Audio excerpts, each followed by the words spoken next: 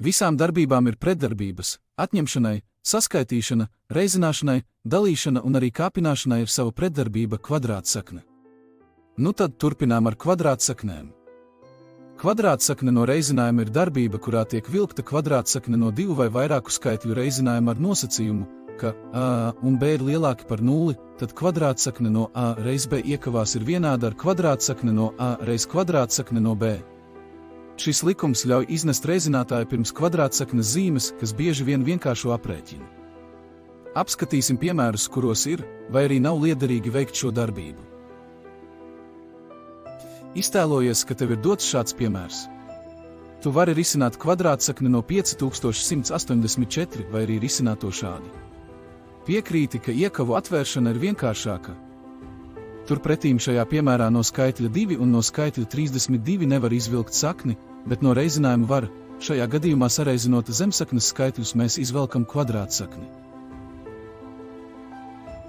Ir situācijas, kad zemsaknes izteiksmē ir gan reizinātāji, no kuriem var precīzi izvilkt sakni, gan reizinātāji, no kuriem kvadrātsakni precīzi izvilkt nevar. Tādos gadījumos izteiksmi vienkāršo, iznesot reizinātāju pirms kvadrātsaknes zīmes.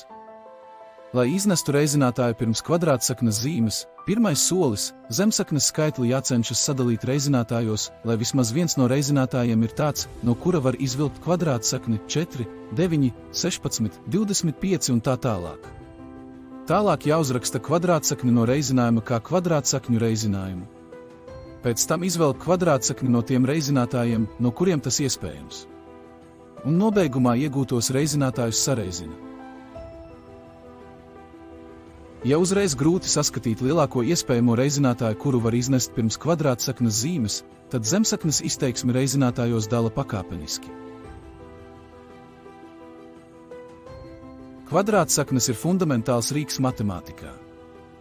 Zināšanas par kvadrātsaknēm palīdz risināt daudzas problēmas. Pārliecinies, ka saproti kvadrātsakņu koncepciju un nākotnē pratīsi to pielietot dažādos kontekstos.